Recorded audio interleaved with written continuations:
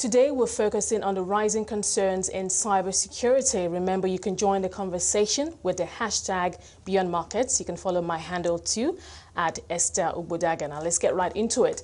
A recent report by Deloitte suggests that the journey of attaining a secure cyber ecosystem is a long but optimistic one. Now, the annual cost of cyber alone in Nigeria is estimated to be about 0.08% of GDP. Now, to discuss the rising concerns in cybersecurity, my guests today are Tope Aladenusi, his Chief Strategy Officer and cybersecurity leader at Deloitte West Africa. Also joining us today is Wumi Adetokunbo Ajayi, partner and cybersecurity leader at PricewaterhouseCoopers Nigeria.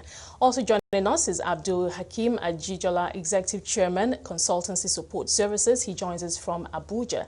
And last but not the least is David M. He's a Principal Security Researcher at Kaspersky Lab, London. He joins us via Skype. Thank you so much, gentlemen. Thank you so much for taking the time out to join us today. Now, I'll start with a general question. We know how serious cybersecurity is, the cybersecurity threats. Now, with the latest attack that we've seen from ransomware, would you say that perhaps organizations, governments across the globe didn't take it or are not taking the threats seriously enough? Let me start with you. I think we can safely say that governments across the world, as well as individuals and companies, are not yet taking cybersecurity as they should take it right now. Just until recently, cybersecurity was seen as an IT issue and not a business issue. So when you take the issue of cybersecurity to the board, it's like this is something for the IT to deal with. But right now, we're beginning to see that, for instance, the issue of the ransomware, whereby the systems are made unavailable to the business, is now becoming very obvious that it's gone beyond IT and it's now a business issue. So many companies are now beginning to take it more seriously. Wumi, your perspective? I think that, you know, just following up for what Tope has said, I think there's some improvement. It's a long journey. It's also difficult because it's an evolving journey. The cyber threats and the attackers are always kind of on the offensive. And one step ahead. One step ahead, yeah. So when the business isn't ready, it appears as they're not doing anything at all. I think there's a lot of work to be done, but I think there's some progress. And so in some way, a part of me is perhaps happy that this happened, because again, it raised the, if you like, the awareness. And it's going to force the boards of companies to start having serious conversations about cybersecurity and not, you know, leaving it as an IT issue. Okay, Abdul Hakim, let's hear your perspective. Is this a case of the cyber criminals, in quote, always been a step ahead, or is it because this latest attack has had a lot of press? As David Green once said famously, cyber criminals operate at the speed of light. Law enforcement operates at the speed of law. So there is a natural disconnect. If we appreciate that, then it is important for law enforcement and frankly the rest of us to be a bit more creative and to try to be a little ahead of where we are. But cyber criminals by nature and criminals by nature will always try to be one step ahead. But certainly I think there are a lot of blessings in this particular situation whereby it's been a wake-up call, and it is a teachable moment for all of us. David, what is your perspective?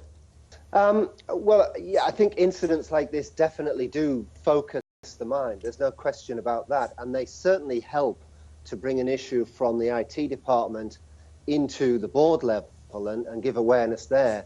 But actually, it does need in business to go even much further than the board. I think at the end of the day, changing security culture in an organization is critical, because what we see, you know, whether it's routine banking threats, ransomware attacks like this one, or whether it's very, very sophisticated targeted attacks, often the starting point is using social engineering. In other words, tricking people into clicking on links, running attachments, and so on. So unless we change the security culture in an organization, which really means raising awareness among our staff and getting them to have the same kind of inbuilt online common sense that we try to bring up our children with for crossing the road or staying safe in towns and cities, then actually we're going to struggle, I think.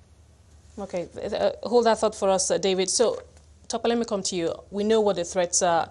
David has said, I mean, they're obviously very sophisticated, and unfortunately, many times they appear to be a step ahead of the organization of, whatever strategy that's been put in place. But obviously, that still takes us back to what kind of strategies do organizations have, big or small, around cybersecurity to protect staff, to protect the company's consumers or, customers, as it were. What do you see? What are the trends that you see in terms of the kind of, if there is a strategy or strategies that have been put in place?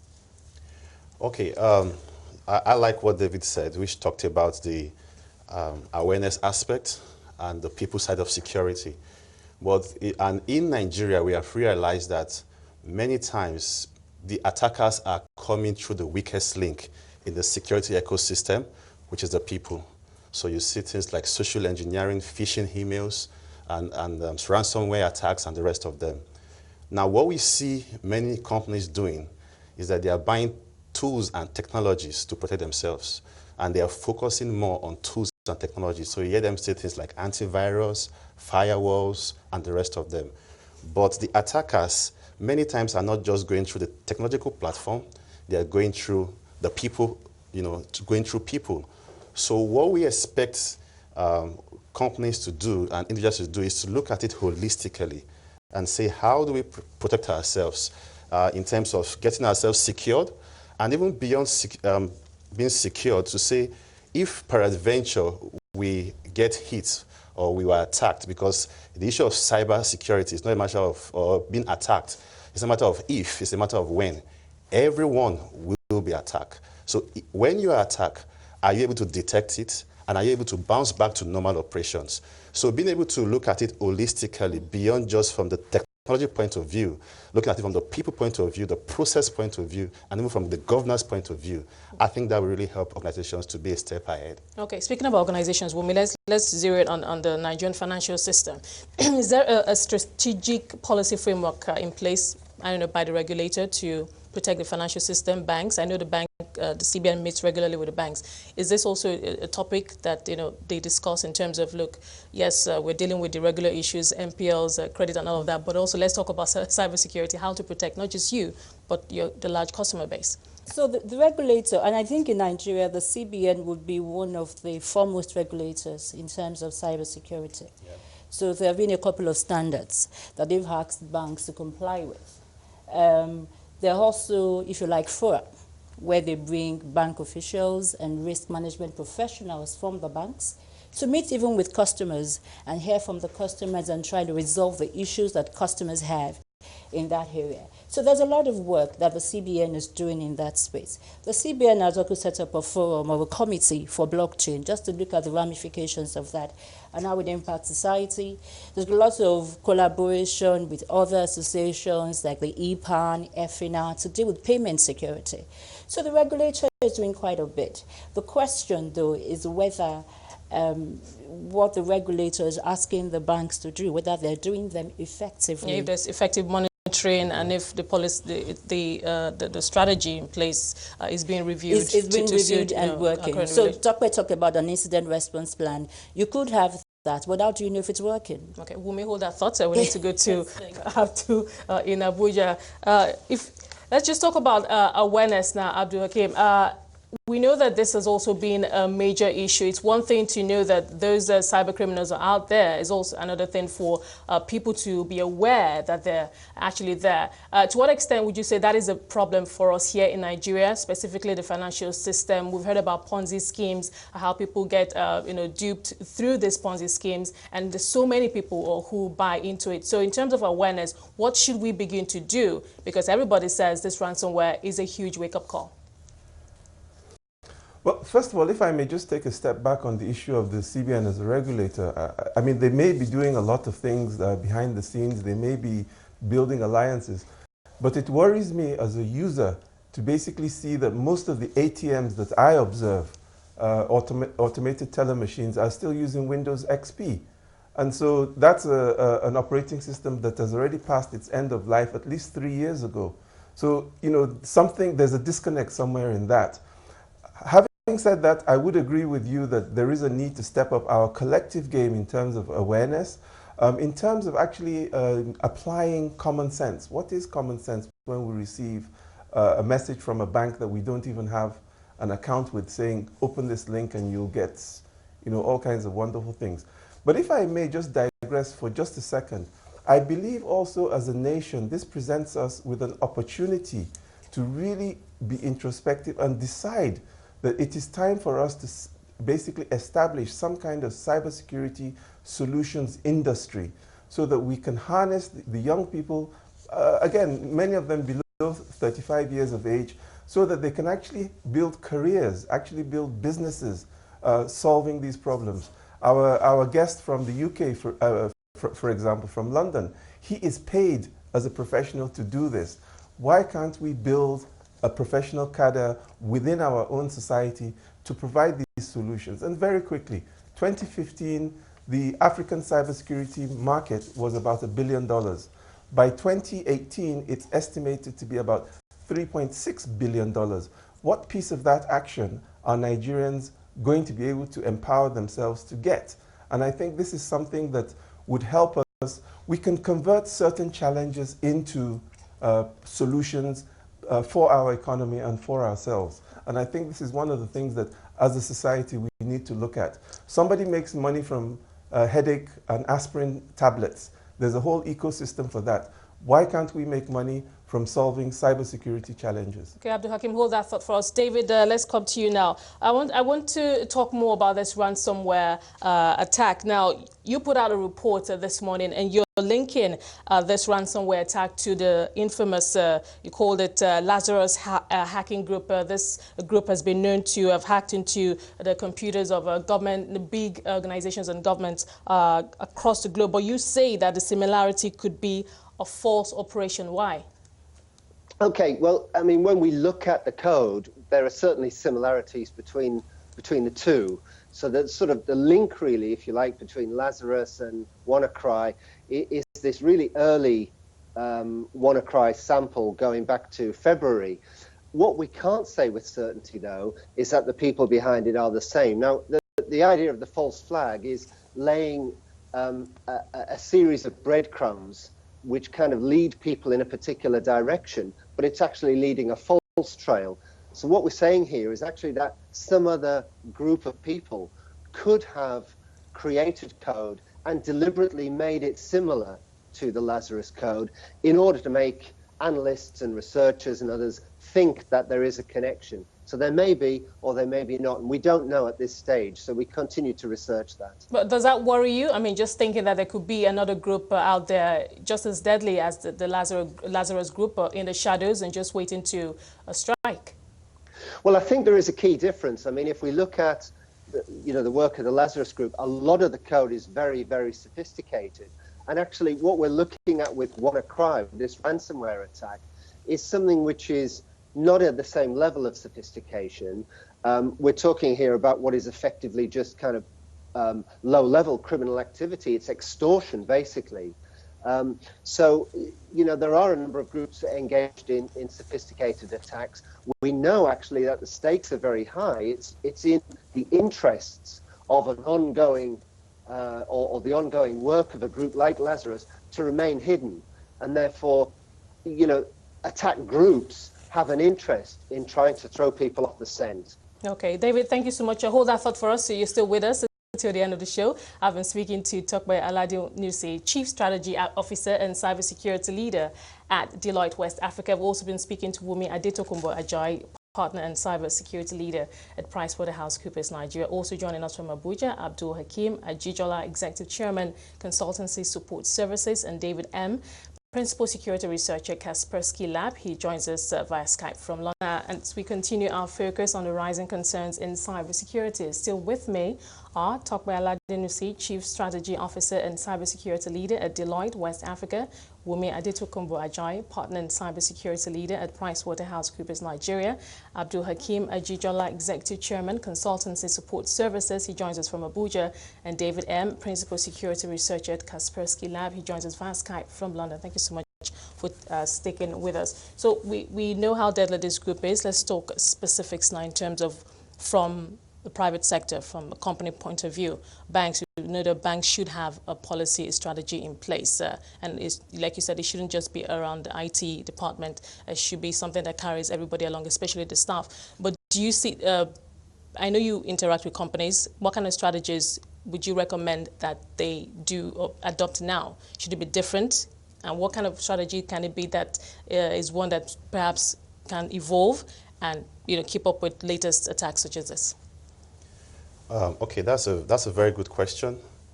I think before banks begin to design strategies, they need to do what we call the risk assessment to assess what kind of risks are they faced with, and that should inform the strategy that they are developing. What we see many companies do is that they just read on the internet that this is what is in vogue, or this are the issues that are, what are the threats or the actors, and they start trying to develop countermeasures. But the ideal thing is to say, okay, as a bank, as a business, what are we faced with? What are our customers faced with? And once you've done that risk assessment, you now begin to identify appropriate countermeasures. Hence, you'll be using a sledgehammer to kill a mosquito. Because in the world of cyber, you can't treat everything equally. You have to know your crown jewels. You have to know the ones that are not as important. So once they've done that risk assessment, then they can now begin to design, you know, appropriate strategies that talks to process, people, and technologies.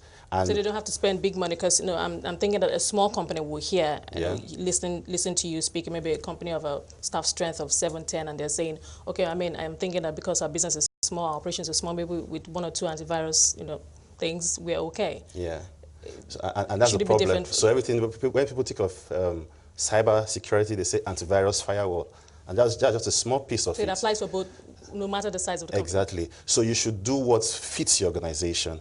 And even the small company can put processes in place, can put tools in place that can meet, you know, their peculiar needs. And usually they range between these three levels. One is to keep yourself secured and say, okay, how do I stay secured such that it is difficult for an attacker to come in? Secondly, you say, what if an attacker comes in? How do I detect it in real time?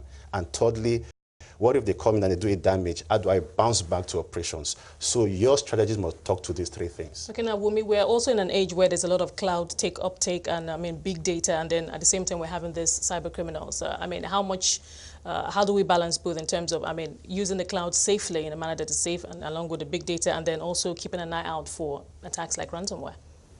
The thing about the cloud is it's here to stay. There's nothing we can do about that. In fact, there's a survey that says that in 2020, about 80% of SMEs will have their data in the cloud. And that's because it presents a lot of advantage in terms of efficiencies, productivity, increased profitability, and all that. So there's got to be a lot of people migrating to the cloud. The challenge is people assume that when they've moved their data to the cloud, therefore they're secure and all the responsibilities now lie with a cloud service provider. And we tell clients that you've got to do your risk assessment and determine what infrastructure or what systems and policies and procedures and user awareness that you need to deploy in order to, prevent yourself from being open up to such vulnerabilities like the ransomware and other attacks. You find that some of the organizations that have fallen prey to even this WannaCry and other ransomware have their data in the cloud. But somehow, because if you use Google Docs, for instance, I mean, not trying to, tarnish Google Docs or anything, just an example. If a staff, opens an attachment and that's malware driven or that's been infected, the documents will sync with what's in the cloud, and suddenly everybody is affected by this malware. So moving to the cloud does not absolve you of responsibility. You've got to still do your risk assessment and implement the right procedures. Or at the same level? Same level of awareness, same level of alertness and vigilance. Same level, and recognize what responsibilities lie with you and which ones lie with the service providers, and find out ways of monitoring your service providers. Abdul Hakim, let me come to you. At the national level, I mean, we have a very large public service in Abuja. What would you like to see change as far as the government is concerned, the way they adopt or the way they approach cybersecurity at the national level? Well, first of all, I think there are some agencies such as the Office of the NSA and the National Information Technology Development Agency, and I believe slowly coming up is the NCC. They are beginning to move assiduously on these issues. Clearly, there is a need for raising the awareness of what we would call cyber hygiene, so that staff and the organizations improve their cyber hygiene. Having said that, not everybody can be a specialist in this, and it is necessary, I think, at the public sector level in particular, to build one or two specialized groupings, whether it's an agency or within some of the existing structures that would focus on some of these matters. If I may just touch on the issue of the board of directors, there is a National Cybercrime Act which was passed in 2015, and one of the clauses in that act actually assigns responsibility and culpability to the board of directors. So it is very important, even for their own personal interest or personal safety, so to speak, to take an interest in cybersecurity matters and actually to demand from the management of their organizations, is there a cybersecurity strategy? If there is, how is it being implemented, to do at least board level monitoring and evaluation? So I think those are important things to keep in mind. From what you see so far, are you confident or are you worried that our risk levels are still very high? That's talking about Nigeria now, and how we can protect ourselves going forward. I think I'm a bit worried because of the kind of response that we have at the national level. I think there is a lot of improvement that needs to be done. First of all, we saw some government officials issuing advisories regarding the current ransomware attack. But as we speak, we have an intelligence system in Deloitte right now that is monitoring all the attacks going on, even in Nigeria. Okay. And we can see that there are many other ransomware attacks currently going on that nobody is talking anything about them. Should these companies come out to say something? Because I know that obviously there have been several attacks in Nigeria, especially in 2016, where we saw an unprecedented attack. Yeah. So is it that these companies, they just pay, get their data back, keep quiet, and go back to the drawing board and get a better security plan? Exactly. Many of them do that. So some people have started paying ransom. However, the Cybersecurity Act, which Dr. Jola talked about, has mandated every company to disclose all cyber breaches to the office of the NSA. Whether or not they paid. Yeah, whether or not they paid, they should disclose all. Okay, but whether that has been enforced is another thing, because they have we have a fantastic document to work with, which is the Cybercrime Act. But many times it appears that those things are not being enforced. So people are being hit every day, and nobody is talking about them. Woman, you wanted to say something? I just wanted to say that, you know, we cannot remove the cybersecurity from the general landscape of Nigeria. The story about Nigeria is that we have so many laws that are not being enforced. And so the Cybercrime Act cannot be different. And there are lots of reasons why that may be. There's education and competence. Who's going to enforce it? How competent are they? How informed are they? What skills do they have? What tools do they have? What's the awareness even within the general? Okay, Wumi, I'm going to have to ask you to hold that thought. That we have David. So we're talking about the cyber solutions industry getting, more expertise, better skills, people who act as watchdogs, if you will, to help make the cyber ecosystem safer. Yeah, absolutely. I mean, the last thing we need is a cyber security skills gap.